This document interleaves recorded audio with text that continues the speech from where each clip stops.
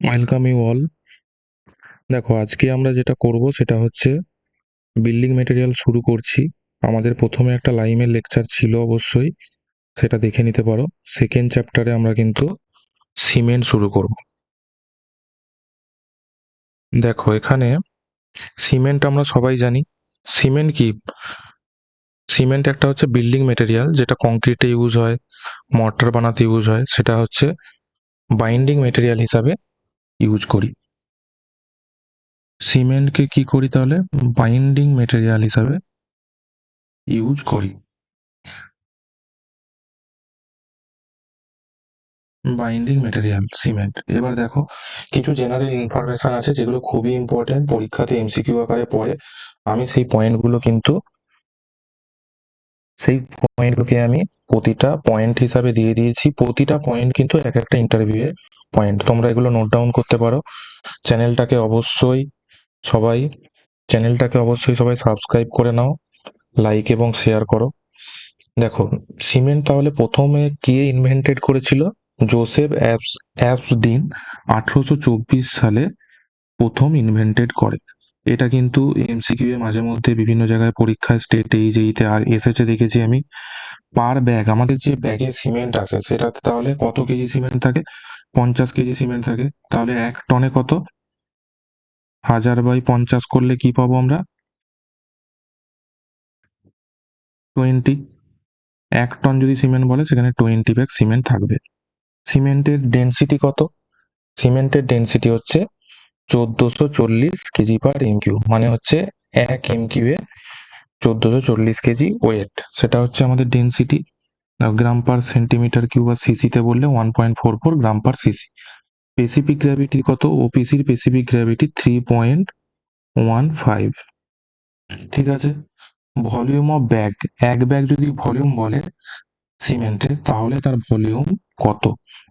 কত হয় আমরা জানি, 0.0347 এমকিউ হয়।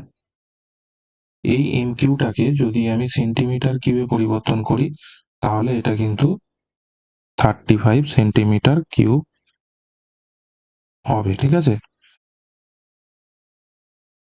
এটা হয়। এটাকে যদি লিটারে পরিবর্তন করি, এটাই হয়ে যায় 35 লিটার হয়। 35 লিটার্স হতে পারে। এটাকে যদি কিউবিক ফিটে করতে চাই, তাহলে কিন্তু 1.226 সিএফটি হবে। এই পয়েন্টগুলো কিন্তু অবশ্যই মনে রাখতে হবে। এবারে যদি বলি 1 এমকিউ সিমেন্ট মানে তাহলে কত? যদি 1/এক ব্যাগের ভলিউম কত জানি, 0.0347, এটা সমান করলে কিন্তু আমি পাবো 28.8। এটাকে 30টা ব্যাগের সমানও ধরে নেওয়া হয়। সিমেন্টের কতগুলো গ্রেড থাকে? ওপিসির আমরা 3টে গ্রেড জানি। কত কত? 33, 43, 53। আগে কিন্তু সবার আলাদা আলাদা কোড ছিল, এখন কি হয়ে গেছে, IS 269 2015 এ একটা কোডেতেই 3টে কিন্তু আলাদা আলাদা গ্রেড ডেসক্রাইব করা আছে। গ্রেড অফ সিমেন্ট বলতে আমরা কিন্তু কম্প্রেসিভ স্ট্রেংথকে বোঝাই। 28 দিনে যে সিমেন্টের কম্প্রেসিভ স্ট্রেংথ, সেটাকে আমাদের বোঝানো হয়। এটাও এমসিকিউ তে আসে। এবারে যদি বলে সিমেন্টের মধ্যে পার্সেন্টেজ অফ ভয়েডস কত পার্সেন্ট থাকে, সেটা হচ্ছে 40% কিন্তু পার্সেন্টেজ অফ ভয়েডস থাকে। আচ্ছা, সাইডে যেগুলো লিখেছি মনে হয় দেখা যায়নি, আমি বলে বলে করেছি, সেগুলো তোমরা ক্যালকুলেট করে নিও। লেখার জন্য আমি অন্য সাইডটা ইউজ করছি, একটু চেপে ইউজ করতে হবে, অনেকটাই দেখা যাচ্ছে না। দেখো, পার্সেন্টেজ অফ ভয়েডস কিন্তু 40% মতো থাকে। আর আমাদের যে সিমেন্টের পার্টিকেল সাইজ, আমরা যদি সিভ অ্যানালিসিস করি, তাহলে কি জানি 90 মাইক্রন সিভ দিয়ে সিভ করতে হয়। সেখানে পার্সেন্টেজ অফ রিটেনটা কত হতে পারে? ম্যাক্সিমাম 10%, তার মানে 90%, 90 মাইক্রন দিয়ে কিন্তু পাস হয়ে যেতে হবে। সেটাই দিয়েছি। পার্টিকেল সাইজ 90 মাইক্রনের থেকে ছোট হয়। 90 90% পার্টিকেল সাইজ কিন্তু 45 মাইক্রনের থেকে ছোট হয়। অ্যাভারেজ যদি সাইজ বলি, কত হয়? 15 মাইক্রনের সমান হয় অ্যাভারেজ সাইজ। এবার ব্যাচিং টলারেন্স কত? IS 456 এর ক্লজে আছে, দেখবে সিমেন্টের জন্য ব্যাচিং টলারেন্স কিন্তু +-2%। এবারে যদি 4925 দেখবে যদি ব্যাচিং প্ল্যান্টের যদি একটা কোড আছে, সেখানে যদি দেখো সিমেন্টের জন্য কিন্তু +-1 কোন কোডের রেসপেক্টে কিন্তু বলেছে, তোমাকে সেটা মনে রাখতে হবে। +-1ও হয়, সেটা হচ্ছে ব্যাচিং প্ল্যান্ট ক্যালিব্রেশনের কোডে আছে, এটা মনে রাখতে হবে। আর যদি সিমেন্ট কখন রিজেক্ট হয়ে যায়, যখন দেখি 5%-এর বেশি ময়েশ্চার অবজর্ব করে নিয়েছে, তখন কিন্তু সেই সিমেন্ট আর ইউজ করা চলে না, রিজেক্ট হয়ে যায়। এবার 1 ব্যাগ সিমেন্টের জন্য কতটা জল লাগে, এটা কিন্তু অনেক জায়গায় পরীক্ষায় এসছে। আমরা ওয়ান সিমেন্ট রেশিও 0.45 এর জন্য সবথেকে বেস্ট কন্ডিশন ধরি, সেই জন্য কিন্তু 22.5 লিটার জল ধরা হয়। এবারে আমরা কি জানি সিমেন্ট কতদিনের মধ্যে ইউজ করে নিতে হয়? দেখবে সিমেন্টে সবসময় যখনই সাইডে তুমি সিমেন্টের ব্যাগ চেক করবে, প্রথমে কিন্তু ব্যাচ নম্বর চেক করতে হবে। ব্যাচ নম্বরে কি থাকে, কত উইক নম্বর আর হচ্ছে ইয়ার নম্বর থাকে। ইয়ার ধরো 24, উইক নম্বর ধরো 2, মানে জানুয়ারির সেকেন্ড উইকের সিমেন্ট, ইয়ার 24, এরকম ভাবে দেখবে লেখা থাকে ব্যাচ নম্বর বলে। সেটা কিন্তু সিমেন্টটা 3 মান্থের মধ্যে, উইদিন 3 মান্থ ইউজ করে নিতে হয়। সেই জন্য ব্যাচ নম্বরটা দেখা খুবই জরুরি। আর সিমেন্টে যত টাইম যাবে কিন্তু সিমেন্টের স্ট্রেংথ ডিক্রিজ হতে থাকবে, সিমেন্টের স্ট্রেংথ তত ডিক্রিজ হতে থাকবে। তারপরে দেখো, আমরা যদি দেখি স্ট্রেংথের রিডাকশনটা কিভাবে হয়, সেটা যদি এবার দেখি, দেখো স্ট্রেংথের রিডাকশনটা কিভাবে হচ্ছে সেটা একটু দেখো। দেখো যদি ফ্রেশ সিমেন্ট নিই, তাহলে কি স্ট্রেংথের কোনো রিডাকশন হবে না। এবার যদি 3 মাস পুরনো হয়ে যায়, 20%, তাহলে স্ট্রেংথ কত দেবে তখন? 80% স্ট্রেংথ আমি পাবো, 20% রিডিউস হয়ে যাবে স্ট্রেংথ। যদি 6 মাসের পুরনো হয় 70% দেবে, 70% স্ট্রেংথ দেবে, 30% রিডিউস হয়ে যাবে। 12 মাসের পুরনো হলে 60%, মানে 1 বছরের পুরনো হলে 60% স্ট্রেংথ তুমি পাবে, 40% প্রায় রিডিউস হয়ে যায়।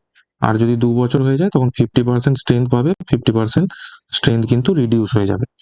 এবারে কি বলছি, একটা যদি সিমেন্টের ব্যাগ তোমাকে যদি কোনো একটা গোডাউনের এরিয়া দিয়ে দেয়, সেখানে যদি তোমাকে বলে কত ব্যাগ তুমি সিমেন্ট রাখতে পারবে, এরকম অঙ্ক আমি দেখেছি অনেক জায়গায় এসেছে, 2-1 জায়গায়। সেই জন্য তোমাকে সিমেন্টের ব্যাগের ভলিউম কিন্তু জানতে হবে। তার আগে বলে দিই, লেন্থ কত হয়, 0.7 মিটার, উইথ 0.42 মিটার, আর হাইট হচ্ছে 0.18, এটা হচ্ছে মিটার।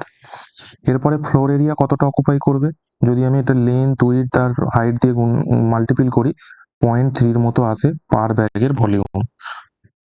0.3 মিটার স্কোয়ার হচ্ছে এরিয়া। এরিয়া হচ্ছে 0.7 ইন্টু 0.42 করি, তাহলে হচ্ছে একটা ব্যাগ কতটা এরিয়া অকুপাই করবে, 0.3 মিটার স্কোয়ার। আর যদি ভলিউম বলি, তাহলে 0.3 ইন্টু 0.18 করতে হবে হাইট দিয়ে, তাহলে 0.054 MQ পার ব্যাগের একটা ভলিউম হবে। এটা ব্যাগের ডাইমেনশন দিয়ে ভলিউম, সিমেন্ট ভরা অবস্থায়। তাহলে বুঝতে পারছো, যদি এখন গোডাউনের কোনো এরিয়া বলে দেয়, সেখানে হাইট বলে দেয়, তো তাহলে তুমি সিমেন্ট ব্যাগ কতটা রাখতে পারবে সেটা তুমি ক্যালকুলেট করতে পারবে। এবারে দেখো, আমাদের যে সিমেন্ট আমাদের স্ট্যাকিং করা হয়, সেটা কিভাবে করা হয়। স্ট্যাকিং এর তো কিছু একটা রুল থাকবে। আমরা এমন তো নয় যে 15টা বস্তা 20টা বস্তা উপরে উপরে রেখে দিলাম, তারপরে ও সিমেন্টটা ভালো থাকবে, সেরকম তো নয়। এখানে একটা একটা পয়েন্ট আছে, দেখবে warehouse bag. Warehouse bag মানে যখন তুমি ম্যাক্সিমাম নাম্বার অফ ব্যাগ 10টা থেকে বেশি উপরে রেখে দিয়েছো, তখন নিচের লেয়ারে সিমেন্টটা কিন্তু কম্প্যাক্ট হয়ে যায়, সেটাকে বলে ওয়্যার হাউস ব্যাগ। এটা এখানে লেখাও আছে, এটা কিন্তু অনেক জায়গায় এমসিকিউ তে এসছে, আমি দেখেছি। এমন ভাবে পড়ো যে একই জায়গায় তোমার কন্টেন্ট গুলো সব একই ভাবে থাকে। এখানে দেখবে কন্টেন্ট গুলো আমি অনেক কম্প্যাক্ট করেছি, এবং অনেক বই, এমসিকিউ বই, সমস্ত জায়গায় যেখান থেকে সলভ করতে করতে সমস্ত কন্টেন্ট গুলোকে টেনে পয়েন্টের মধ্যে নিয়ে এসে খুব সুন্দর করে করা হয়েছে। দেখো এবারে আমি বলি, সিমেন্টের যে স্ট্যাকিং, আমাদের যে মেটেরিয়াল স্ট্যাকিং হয়, সেটা একটা particular is code specification follow করে হয়। আইএস কোড কত, 4082। এটা মনে রাখতে হবে। এখন অনেক জায়গায় আমি দেখছি কোডও জিজ্ঞাসা করে, 4082 মেনে করা হচ্ছে। দেখো ম্যাক্সিমাম স্ট্যাক কত, 8 to 10 ব্যাগ কোডের মধ্যে বলা আছে। পেস বিটুইন স্ট্যাক, দুটো স্ট্যাকের মাঝখানে পেস, এবং ওয়াল থেকে ছাড় 600 mm। এটা কিন্তু ইন জেনারেল 300 mm করা হয়, কিন্তু যদি আইএস কোড স্পেসিফাইড বলে তখন 600 বলতে হবে। এবারে উইথ অফ স্ট্যাক কত, দেখো আমি বলেছিলাম 0.75 হচ্ছে একটা লেন্থ, তার মানে 4টে ব্যাগের কত, 4টে ব্যাগ অথবা 3 মিটার হচ্ছে মিনিমাম উইথ অফ স্ট্যাক। এবারে কি করা হয়, যদি তুমি দেখো এরকম করে দুটো ব্যাগ রেখেছো, তার কিন্তু ওপরে 4টে ব্যাগ এরকম করে ঘোরানো অবস্থায় রাখা হবে। তাহলে কি হয়, প্রেসার ডিস্ট্রিবিউশনটা ভালো হয়, সেখানে লাম জমে যাওয়ার এটা পসিবিলিটিটা থাকে না। Cement bag will be stack of the lean cement concrete. দেখো এখানে এই যে স্ট্যাকিং দেওয়া আছে, এখানে প্রথমে একটা লিন সিমেন্ট কংক্রিটের যদি তোমরা কোডটা দেখো, এখানে দুটো তিনটে কিন্তু লেয়ার আছে। একটা হচ্ছে লিন সিমেন্ট কংক্রিট আছে, তারপরে একটা উডেনের প্ল্যাঙ্ক দেওয়া আছে, প্ল্যাঙ্কের পরে একটা উডেন প্ল্যাঙ্কের দেওয়া আছে। উডেন প্ল্যাঙ্কটা দেখো 150 mm হতে হবে। একটা কংক্রিট ফ্লোর প্রথমে বানাতে হবে 150 mm, উডেন প্ল্যাঙ্ক দেবে। প্ল্যাঙ্ক দেওয়ার পরে কোনো সিট দিতে পারো, যদি ময়েশ্চার যদি হচ্ছে তোমার রেনি সিজন হয়, তখন কিন্তু নিচে পলিথিন সিট দেওয়া হয় এবং পলিথিন সিট ঢাকাও দেওয়া হয়। দেখো 150 থেকে 200 mm এর একটা উডেন প্ল্যাঙ্ক দিতে হবে। প্ল্যাঙ্ক দিয়ে কিন্তু তার উপরে তোমাকে সিমেন্টটা রাখতে হবে। আর ওয়্যার হাউস ব্যাগ কি বললাম, যদি 10টার থেকে বেশি তুমি স্ট্যাকিং করো, তখন কিন্তু নিচের লেয়ারে লাম হয়ে যেতে পারে, তখন কিন্তু সেটাকে বলে হচ্ছে ওয়্যার হাউস ব্যাগ হয়ে গেছে। তখন যদি কম লাম থাকে, তখন কিন্তু বস্তাটাকে উল্টে পাল্টে করে দিলে সেটা ভেঙে যায়, কিন্তু দীর্ঘদিন প্রেসার পড়ে গেলে সেটা কিন্তু সিমেন্টটা নষ্ট হয়ে যায়, তখন আর ইউজ করা যায় না। তাহলে বেসিক আমাদের কি জানছি এখান থেকে, ট্যাকিং কিভাবে হয়, 8 থেকে 10টা bag. Maximum with of stack কত, 4টে ব্যাগ অথবা 3 মিটার। পেস কত রাখা হয়, দুটো স্ট্যাকের পিছনে, দুটো স্ট্যাকের মধ্যে পেস হচ্ছে 600, ওয়াল থেকেও হচ্ছে 600, ইন জেনারেল 300 mm রাখা হয়। আর কি করা হয় তাহলে, এখানে নিচে লিন কংক্রিট বা পিসিসির একটা 150 mm লেয়ার দেওয়া হয় ফ্লোরে, তার উপরে উডেন প্ল্যাঙ্ক 150 থেকে 200 মোটা দিয়ে, মানে ব্যাটার্ন টাইপের দিয়ে, তার উপরে কিন্তু রাখা হয় সিমেন্ট। এবারে কি করে ইউজটা করা হয় সিমেন্ট যদি বলি, যে হচ্ছে যেটা আমাদের পুরানো সিমেন্ট সেটাকে কিন্তু আলাদা ইউজ করতে হবে। একই ব্যাচের সিমেন্ট একটা স্ট্যাক করতে হবে, তারপরে অন্য স্ট্যাক যেটা রিসেন্ট এসছে সেটা কিন্তু সামনের দিকে রাখা হবে, পিছনের স্ট্যাকটা আগে খালি করা হবে। সেই জন্য আমাকে প্যাসেজ দিতে হবে। দেখো এখানে প্যাসেজ, দুটো স্ট্যাকের মাঝখানে প্যাসেজ দেওয়া আছে, এই যে প্যাসেজ দেখানো আছে, দেখো 600 mm দেখানো আছে সাইড থেকে, এই সাইডেও 600 দেখানো আছে, সব প্রতিটা সাইডে 600, দুটো স্ট্যাকের ইন বিটুইন 600 দেখানো আছে। ঠিক আছে, প্রতিটা দেখো এ করা আছে। আর হচ্ছে এটা কি হয়, যত মিনিমাম ওপেন পেস থাকবে ততই কিন্তু আমাদের ওয়্যার হাউসটা ভালো হবে। মিনিমাম ওপেন পেস রাখতে হবে যাতে ময়েশ্চার অ্যাবজর্ব না করে সিমেন্ট। আর আমাদের কি বললাম, 3 মাসের মধ্যে, উইদিন 3 মান্থের মধ্যে কিন্তু সিমেন্ট ইউজ করতে হবে। যদি 3 মাস পেরিয়ে যায়, তখন কিন্তু সমস্ত কিছু সিমেন্টের টেস্টিং করতে হবে। টেস্টিং এর পরেই ইউজ করতে পারবে, টেস্টিং ছাড়া কিন্তু তখন আর ইউজ করা যাবে না। দেখো তারপরে ওয়্যার হাউস আমি বলে দিলাম, ওয়্যার হাউস ট্যাকিং কি করে করা হয়। তারপরে দেখো হিট অফ হাইড্রেশন সিমেন্টের। এবারে আর একটা নেক্সট পয়েন্ট দেখো, hit of hydration. Hit of hydration কি, যখন সিমেন্ট জলের সাথে, জল তুমি যখন সিমেন্টে দেবে, তখন কি হয়, একটা হিট জেনারেট হয়। এটা কি এক্সোথার্মিক রিয়াকশন হয়, হিট জেনারেট হয়, সেই হিটটাকে কি বলছে, হিট অফ হাইড্রেশন বলছে। তাহলে হিট অফ হাইড্রেশন, যখনই তুমি জল মেশাবে এক্সোথার্মিক রিয়াকশন হয়, তখন এক্সোথার্মিক রিয়াকশন হলে কি হয়, এক্সোথার্মিক রিয়াকশন কি, যে রিয়াকশনে হিট উৎপন্ন হয় সেটা হচ্ছে এক্সোথার্মিক রিয়াকশন। তাহলে এক্সোথার্মিক রিয়াকশন হয়, এক্সোথার্মিক রিয়াকশন। এবারে হিট অফ হাইড্রেশনে 7 দিনে কতটা হিট জেনারেট হয়, 89 থেকে 90 ক্যালোরি পার গ্রাম। আর হচ্ছে 28 দিনে 90 থেকে 100 ক্যালোরি পার গ্রাম জেনারেট হয়। এবার হিট অফ হাইড্রেশন কিসের উপর ডিপেন্ড করে, সিমেন্টের ফাইননেসের উপর ডিপেন্ড করে। যত ফাইন হবে তত কিন্তু হিট অফ হাইড্রেশনটা বাড়বে। ফাইননেস যত বাড়বে, হিট অফ হাইড্রেশনটা বাড়বে। বোঝা গেল। তারপরে দেখো, এই যে জল দেওয়ার পরে যে আমাদের কম্পাউন্ডটা তৈরি হয়, সেটা হচ্ছে সিএসএইচ, ক্যালসিয়াম সিলিকেট হাইড্রেটেড, অথবা এটাকে কি বলে, টোবারমোরাইড জেল বলে, টোবারমোরাইড জেল অথবা ক্যালসিয়াম সিলিকেট হাইড্রেটেড। এটাই কিন্তু স্ট্রেংথে কন্ট্রিবিউট করে। তাহলে স্ট্রেংথে কি, কোন কম্পাউন্ডটা কন্ট্রিবিউট করে, জল দেওয়ার পরে ক্যালসিয়াম সিলিকেট হাইড্রেটেড যে জেলটা তৈরি হয়, সেটাই কিন্তু স্ট্রেংথে কন্ট্রিবিউট করে। ঠিক আছে, সিএসএইচ, টোবারমোরাইড জেল অথবা ক্যালসিয়াম সিলিকেট হাইড্রেট, এটা কিন্তু কোশ্চেনে আসে, এটা জানতে হবে, খুবই ইম্পর্টেন্ট এটা। তাহলে হিট অফ হাইড্রেশনটা কি, এটা থেকে একটা কোশ্চেন আসতে পারে। হিট অফ হাইড্রেশন কিসের উপর মেইনলি ডিপেন্ড করে, সেটা হচ্ছে ফাইননেসের উপর ডিপেন্ড করে। হিট অফ হাইড্রেশন রিয়াকশনটা কি ধরনের রিয়াকশন, এক্সোথার্মিক রিয়াকশন। তাতে আমি যদি বলি যে প্রিন্সিপাল স্ট্রেংথ কন্ট্রিবিউটিং কম্পাউন্ডটা কি তৈরি হয় হিট অফ হাইড্রেশন রিয়াকশনের জন্য, সেটা হচ্ছে CH8 জেল। এই পয়েন্টগুলো তাহলে মনে রাখতে হবে। এবারে দেখব যে হিট অফ হাইড্রেশনটা আমাদের হচ্ছে, সেটার জন্য ওয়াটার রিকোয়ারমেন্টটা কেমন। দেখো, হিট অফ হাইড্রেশন রিয়াকশনের জন্য তাহলে ওয়াটার পরিমাণ মতো যদি না দিই সিমেন্টটার মধ্যে, তাহলে কিন্তু হিট অফ হাইড্রেশন রিয়াকশনটা হবে না, পুরোপুরি হবে না। তার জন্য কি করতে হবে আমাকে, যে বাউন্ড ওয়াটারটা লাগবে সেটা হচ্ছে 23% লাগবে কেমিক্যাল রিয়াকশনটাতে কমপ্লিট করার জন্য। আর যে পোর্স, যে আমাদের যে সিমেন্টের মধ্যে যে পোর্স গুলো থাকবে, জেল পোর্স যেগুলো তৈরি হবে, তাতে কিন্তু ওয়াটারটা থাকবে 15%। তাহলে টোটাল কত, টোটাল আমাদের কমপ্লিট হিট অফ হাইড্রেশনের জন্য তাহলে লাগছে হচ্ছে 23 প্লাস 15, 23 প্লাস 15, তাহলে 38% আমাদের টোটাল লাগছে। বাউন্ড ওয়াটারের জন্য কত, 23%, আর জেল পোর্সটাকে ফিল করার জন্য তাহলে কিন্তু জেল পোর্সটাকে ফিল করার জন্য লাগছে হচ্ছে 15%, টোটাল মিলিয়ে 38%। এবারে হচ্ছে যদি আমি সিমেন্টের ম্যানুফ্যাকচারিং করি, ম্যানুফ্যাকচারিং প্রসেসটা নিয়ে দেখো বলবো। ম্যানুফ্যাকচারিং প্রসেসে আমাদের কি কি স্টেপ ফলো করা হয়। প্রথমে করা হয় মিক্সিং। দেখো, মিক্সিং, তারপরে আছে বার্নিং, হিট করা হয়, তারপরে কি গ্রাইন্ড করে গুঁড়ো করা হয়, তারপরে আমরা স্টোরেজ করি, স্ট্যাকিং, স্টোরেজ অ্যান্ড প্যাকিং করি। ঠিক আছে, 4টে স্টেপে তাহলে করি ম্যানুফ্যাকচারিং স্টেপ। এবারে মিক্সিং করার টাইমে কি কি মেটেরিয়াল ইউজ করা হয়, দেখো আর্জিলেসিয়াস আর হচ্ছে ক্যালকেরিয়াস। ক্যালকেরিয়াস মানে ক্যালসিয়াম প্রিডোমিনেন্ট, আর আর্জিলেসিয়াস মানে হচ্ছে ক্লে অথবা অ্যালুমিনা প্রিডোমিনেন্ট।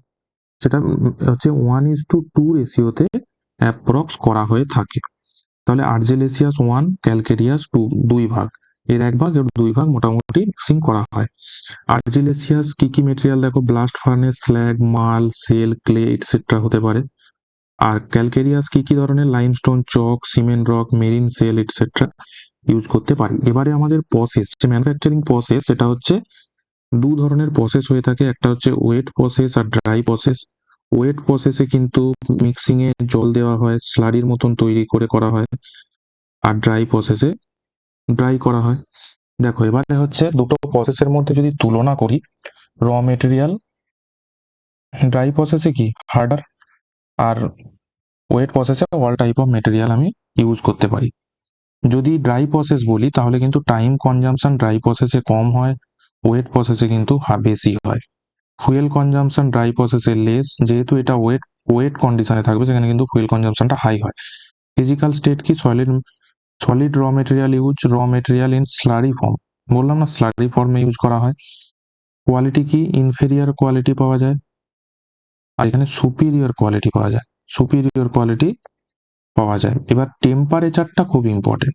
টেম্পারেচার দেখো, ওয়েট প্রসেসে টেম্পারেচারটা একটু বেশি লাগে, 1500 থেকে 1600, আর এখানে 1400 থেকে 1500 হলেই হয়ে যায়। কস্ট অফ প্রোডাকশনটা কার বেশি, ফাইনাল কস্ট অফ প্রোডাকশন কিন্তু ড্রাই প্রসেসে বেশি, ওয়েট প্রসেসে কিন্তু কম। দেখো, এখানে একটা চার্ট দিয়ে দিয়েছি আমি, এই চার্টটা একটু দেখে নেবে, খুব একটা ইম্পর্টেন্ট না, এখান থেকে কোশ্চেন আসেই না বললে চলে। যেগুলো আসে সেগুলো আমি কিন্তু প্রতিটাই মানে ডেসক্রাইব ওয়েতে দিয়েছি। ক্যালকেরিয়াস, আর্জিলেসিয়াস মেটেরিয়াল দিচ্ছি, সেখানে জ মিক্সারে যাচ্ছে, জ মিক্সার থেকে কি বিনে আসছে, বিন থেকে মিক্সিং পালভারাইজিং করছে, মিক্সিং পালভারাইজের পরে রোটারি ক্লিনিং যাচ্ছে, রোটারি ক্লিনিং এ কিন্তু 3টে ডিফারেন্ট টেম্পারেচার জোন আছে, সেই টেম্পারেচার জোনের মধ্যে যাবে, যাওয়ার পরে ক্লিংকার গ্রাইন্ডিং করছি, গ্রাইন্ডিং প্রসেসের মধ্যে জিপসাম অ্যাড করতে হবে। জিপসাম কত পার্সেন্ট অ্যাড করা হয়, 1 থেকে 3%। দেখবে বইয়েতে অনেক জায়গায় দেওয়া আছে 3 থেকে 4, 3 থেকে 5, কিন্তু প্র্যাকটিক্যালি 1 থেকে 3% করা হয়। সেটা কেন করা হয় পরে আমি আসবো, সেখান থেকে পাচ্ছি পোর্টল্যান্ড সিমেন্ট পাচ্ছি। সেরকম ওয়েট প্রসেসেও দেখো, এখানে ওয়াটার শুধু অ্যাড করা হবে, ফাইনাল সব কিছু প্রসেস একই। এটা নিয়ে আমি বেশি কিছু আর ডেসক্রাইব করছি না, কারণ এটা থেকে কোশ্চেন আসে না, যে পয়েন্টগুলো থেকে কোশ্চেন আসে সেগুলো কিন্তু আমি ডেসক্রাইব ওয়েতে সুন্দর করে দিয়েছি। দেখো তারপরে যদি আমি বলি যে রোটারি ক্লিনটা বললাম, রোটারি ক্লিনের থেকে এই 2-3টে পয়েন্ট কিন্তু ইম্পর্টেন্ট, এগুলো কিন্তু আসে। যে রোটারি ক্লিনটা থাকে তার রোটেশনের স্পিড কত হয়, 1 থেকে 3 mm হয়। দেখবে এরকম করে ইনক্লাইন একটা পোর্শন রোটারি ক্লিন থাকে, সেটার হচ্ছে 3টে টেম্পারেচার জোন থাকে। যদি ইউটিউব থেকে ছবি একটু দেখে নিও, 3টে টেম্পারেচার জোন থাকে, সেটা কিন্তু 1 থেকে 2 RPM এ ঘোরানো হয়। রোটারি ক্লিনের ডায়ামিটার কত হয়, 2.5 থেকে 3 মিটার, লেন্থ হচ্ছে 90 থেকে 120, আর পাউডার জিপসাম অ্যাড করা হয় 1 থেকে 3 বা 2 থেকে 3% ইউজ করা হয়। আর জিপসাম কি রিটার্ডার হিসাবে ইউজ করা হয় ডিউরিং ফাইনাল গ্রাইন্ডিং এর টাইমে। জিপসামটা ইউজ করা হয় 1 থেকে 3 বা 2 থেকে 3% ইউজ করা হয় ফাইনাল গ্রাইন্ডিং এর টাইমে। এবারে যদি কম্পোজিশন দেখবো, দেখো সিমেন্টের কম্পোজিশনটা কি, যদি কম্পোজিশন দেখি তাহলে কি মেন কনস্টিটিউয়েন্ট কি, মানে ম্যাক্সিমাম পার্সেন্টেজ অফ অক্সাইড কি ইউজ করা হয়, লাইম, ক্যালসিয়াম অক্সাইডের কম্পোজিশন কত হয়, 60 থেকে 67, সেটা অ্যাভারেজ কত 63 হয়, অ্যাভারেজ 63 মতো ইউজ করি। দেখো তারপর কি বলছে, ফাংশন কি, লাইমটা কি করে, স্ট্রেংথ আর সাউন্ডনেস প্রোভাইড করে। যদি কম হয়ে যায় তখন কিন্তু স্ট্রেংথ আর সেটিং টাইমটাকে রিডিউস করবে, আর যদি এক্সেস হয়ে যায় আনসাউন্ডনেস প্রোভাইড করবে। সাউন্ডনেস যেহেতু প্রোভাইড করে, যদি সেটা এক্সেস হয়ে যায় আনসাউন্ডনেস হয়ে যাবে, মানে এক্সেসিভ ভলিউম চেঞ্জ শো করবে। আনসাউন্ডনেস মানে কি, এক্সেসিভ ভলিউম চেঞ্জ। এখানে রিমার্কসে বলে দিয়েছি মেন কনস্টিটিউয়েন্টস মানে ম্যাক্সিমাম পার্সেন্টেজ অফ অক্সাইড। যদি বলে সিমেন্টের এমন একটা কম্পোজিশন নাম বলো যেটা ম্যাক্সিমাম কনস্টিটিউশন অফ অক্সাইড থাকে, সেটা হচ্ছে লাইম, ক্যালসিয়াম অক্সাইড। দেখো আমি লাইম বলে দিয়েছি, ক্যালসিয়াম অক্সাইডের সংকেত বলে দিয়েছি, তার নামটাও লিখে দিয়েছি। এবারে সেকেন্ডে কি আছে, সিলিকন অক্সাইড SiO2, সেটার পার্সেন্টেজ কত, 17 থেকে 25, 22% হচ্ছে অ্যাভারেজ। কি করে, স্ট্রেংথ কন্ট্রোল করে। আর যদি এক্সেস ইউজ করে দিই তাহলে স্লো সেটিং হয়ে যাবে আর স্ট্রেংথ বেড়ে যাবে। এবারে আসছি অ্যালুমিনা। দেখো অ্যালুমিনাতে কি বলছে, অ্যালুমিনা হচ্ছে 3 থেকে 8% ইউজ করা হয়। অ্যালুমিনিয়াম অক্সাইড হচ্ছে নাম সংকেত হচ্ছে Al2O3, অ্যাভারেজ হচ্ছে 6%। কি ফাংশন কি, কুইক সেটিং প্রপার্টি প্রোভাইড করে, ঠিক আছে। ফ্লাক্স হিসাবে ইউজ করে, flux reducing clinker temperature reduce করে, আর যদি এক্সেস হয়ে যায় স্ট্রেংথ কম করে দেয়। বোঝা গেল। তারপরে দেখো iron oxide Fe2O3,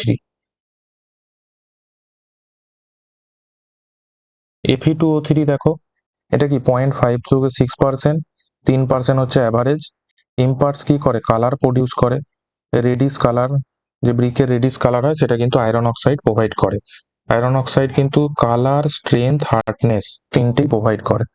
colour, strength, hardness, যদি বেশি হয়ে যায় স্ট্রেংথ কম করে দেয়। ম্যাগনেসিয়া কি করে, ম্যাগনেসিয়াম অক্সাইড এর নাম MgO, 0.1 থেকে 4%, 2% হচ্ছে অ্যাভারেজ। ইয়েলো টিন্ট, যে ইয়েলো টিন্ট কালারটা, এটা কিন্তু ম্যাগনেসিয়া প্রোভাইড করে, হার্ডনেস আর কালার প্রোভাইড করে। ইয়েলো টিন্ট কথাটা কিন্তু পরীক্ষাতে আসে, এটা মনে রাখতে হবে। আর ম্যাগনেসিয়া এক্সেস হয়ে গেলেও কিন্তু আনসাউন্ডনেস দেয়, ক্র্যাকও প্রোভাইড করে যদি বেশি হয়ে যায় এক্সেস অ্যামাউন্ট। এবার সোডা পটাশটা দেখো অ্যালকালিস, সোডা পটাশ হচ্ছে অ্যালকালিস, Na2O আর K2O, সোডা আর পটাশ, ঠিক আছে। 0.6 to 1% হয়, 1% অ্যাভারেজ। সেটিং টাইমটাকে অ্যাক্সিলারেট করে দেয়। আর হচ্ছে এক্সেস হয়ে গেলে কি, এফ্লোরেসেন্স আর crack.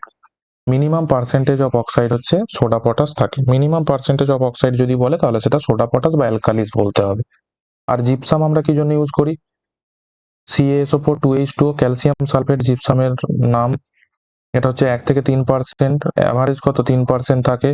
Act as a retarder হিসাবে অ্যাক্ট করে, control initial setting time, initial setting টাইমটাকে কন্ট্রোল করে, রিটার্ডার হিসাবে ইউজ করে। রিটার্ডার মানে কি, সেটিং টাইমটাকে বাড়িয়ে দেওয়া। স্লো সেটিং, বেশি হয়ে গেলে কি হবে, স্লো সেটিং হবে, ইনক্রিজ সেটিং টাইমটাকে বেড়ে যাবে অনেক। এটা কি করে, কাউন্টার অ্যাটাক, C3 এর কাউন্টার অ্যাক্ট C3 এর করে, ফ্ল্যাশ সেট প্রোভাইড করে to avoid flash set. C3 এর কাউন্টার অ্যাক্ট করে অথবা ফ্ল্যাশ সেট অ্যাভয়েড করার জন্য জিপসাম ইউজ করা হয়, ঠিক আছে। এটা কিন্তু খুবই ইম্পর্টেন্ট, এখান থেকে 1 নাম্বার মাস্ট আসে। কম্পোজিশন অফ সিমেন্ট পড়তে হবে। দেখো আমি অনেক ভালো করে দিয়েছি, পুরো প্রতিটা টেবিল করে হিসাবে দিয়েছি, কারণ এই হিসাবে করে দিলে মনে রাখতে অনেক সুবিধা হয়, সেই জন্য আমি টেবিল হিসাবে করে দিয়েছি। দেখো তারপরে বক্স কম্পাউন্ড। বক্স কম্পাউন্ড আমরা জানি 4টে বক্স কম্পাউন্ড আছে, C3S, C2S, C3A, C4A, 4টে আছে বক্স কম্পাউন্ড। দেখো এই বক্স কম্পাউন্ডটা দেখে আজকে আমরা এই পর্যন্তই শেষ করব একটা ছোট্ট লেকচারে। তারপরের পার্টে আমরা টেস্টিং গুলো দেখবো, টেস্টিং যেগুলো আছে, টাইপ অফ সিমেন্ট আছে, দুটো লেকচারের মধ্যে। এটা ক্র্যাশ কোর্স টাইপের আমি করছি, খুব ডিটেলসে যাচ্ছি না, কিন্তু না গিয়ে তার মধ্যে কিভাবে আমি পুরো চ্যাপ্টারটাকে কভার করব কম টাইমে সেটা দেখাচ্ছি। দেখো এবারে যদি বলি ট্রাই ক্যালসিয়াম সিলিকেটের সংকেত কি? C3S। এর অ্যাভারেজ পার্সেন্টেজ কত? 40% মতো থাকে, ঠিক আছে, অ্যাভারেজ পার্সেন্টেজ 40। তার কেমিক্যাল ফর্মুলা কত? 3CaO.SiO2। এগুলো কিন্তু মনে রাখতে হবে, এটা একবার এই সংকেত একবার হচ্ছে তোমাদের SSC তে চলে এসেছিল। এর নাম কি? এটাকে বলি অ্যালাইড। 30 থেকে 50% হচ্ছে পার্সেন্টেজ, 30 থেকে 50, অ্যাভারেজ হচ্ছে 40%। হিট অফ হাইড্রেশন কত? 500 জুল পার গ্রাম এর হিট অফ হাইড্রেশন হয়। এবারে বেস সিমেন্টিং মেটেরিয়াল যদি বলে তাহলে কিন্তু বলতে হবে ট্রাই ক্যালসিয়াম সিলিকেট C3S। এটা উইদিন উইকের মধ্যে ওয়াটারের সাথে রিয়াক্ট করে, হাইড্রেটস র্যাপিডলি, হাইড্রেশনের র্যাপিড হয়, খুব ফাস্ট, প্রোভাইড আর্লি সেটিং যদি বলে তাহলে কিন্তু আর্লি সেটিং না, আর্লি স্ট্রেংথ। সেটিংটা আমি আসছি, পরে আছে। দেখো আর্লি স্ট্রেংথ মানে 7 থেকে 28 দিনে যে স্ট্রেংথটা প্রোভাইড করে সেটা কিন্তু C3S প্রোভাইড করে, মানে আর্লি ইনিশিয়াল স্ট্রেংথ যেটা প্রোভাইড হয় সেটা কিন্তু C3S এর জন্য প্রোভাইড হয়। হাইড্রেশন এর জন্য খুব র্যাপিড হয়। Increase resistance to freezing and thawing এর জন্য যে রেজিস্ট্যান্স সেটা কিন্তু প্রোভাইড করে এই C3S। Used in road construction use হয়, কোল্ড ওয়েদার কংক্রিটিং এ ইউজ হয়ে থাকে। তারপরে দেখো ডাই ক্যালসিয়াম সিলিকেট মানে C2S, এর average percentage 32, 2CaO SiO2। Blight বলে একে, 20 থেকে 45% হচ্ছে এর পার্সেন্টেজ।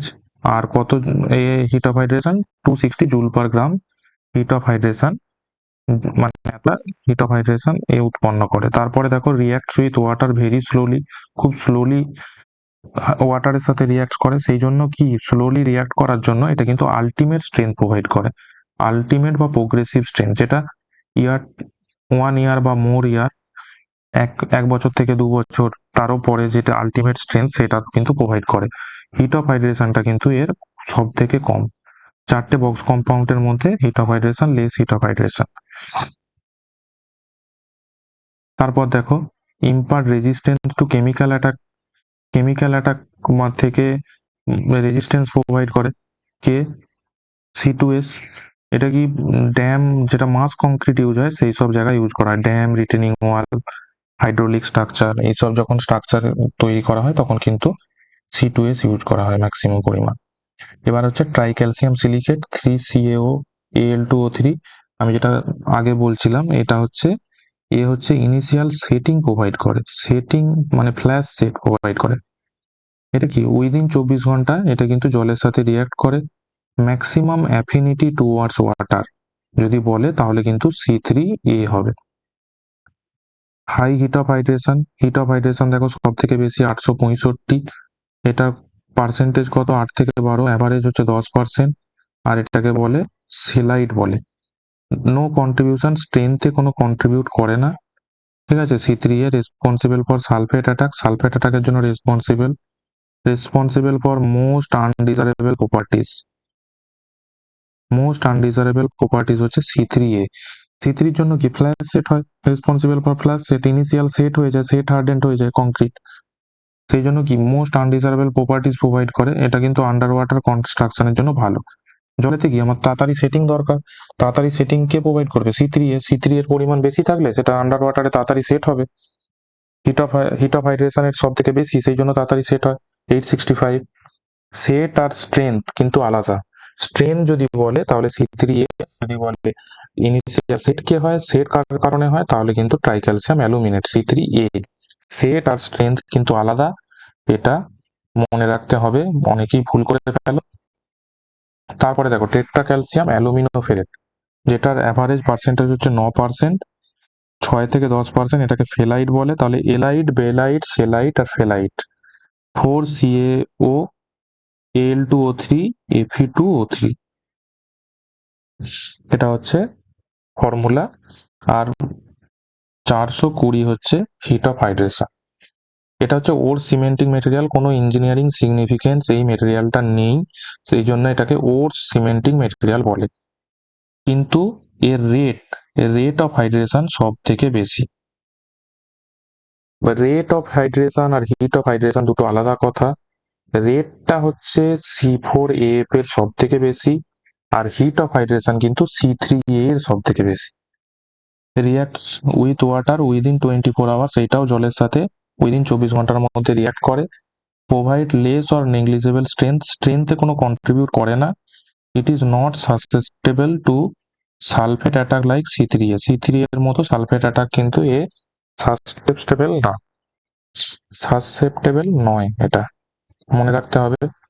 পয়েন্টগুলো প্রতিটা পরীক্ষা থেকে কিন্তু এই সব পয়েন্ট দিয়ে কোনো একটা পার্টিকুলার বুকে তুমি পাবে না, তার জন্য আলাদা আলাদা বই থেকে কোশ্চেন ফলো করলে তুমি পারবে।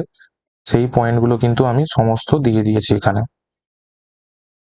দেখো আর একটা জিনিস আমরা দেখে নেবো যে এর অর্ডারগুলো কি কি। এটা করে আজকের লেকচারটা শেষ করব, আবার পরের পাঠে বাকিটা করব।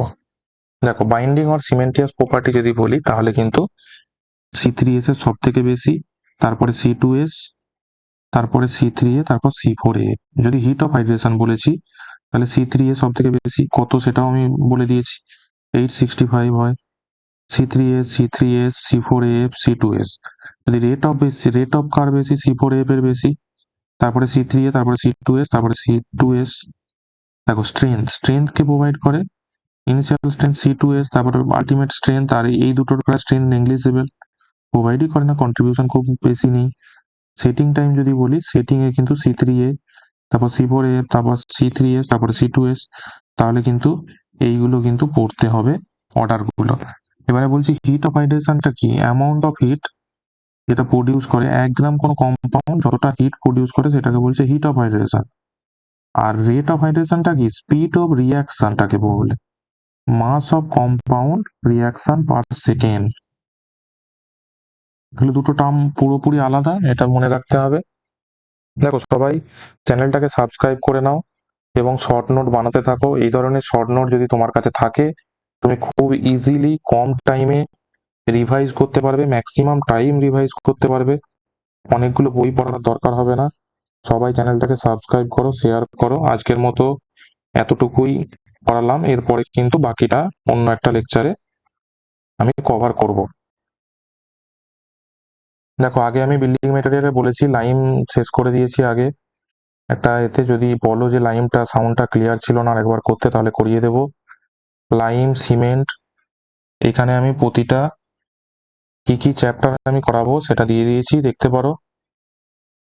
প্রথমে লাইম হয়ে গেছে, লাইম, সিমেন্ট, তারপরে sand and mortar, brick, stone আর rock, timber, paint, varnish, distemper, তারপরে glass, tiles, polymer, expanded metals, এগুলো করাবো। আরো কিছু মিসলেনিয়াস আছে, সেগুলো করিয়ে দেবো।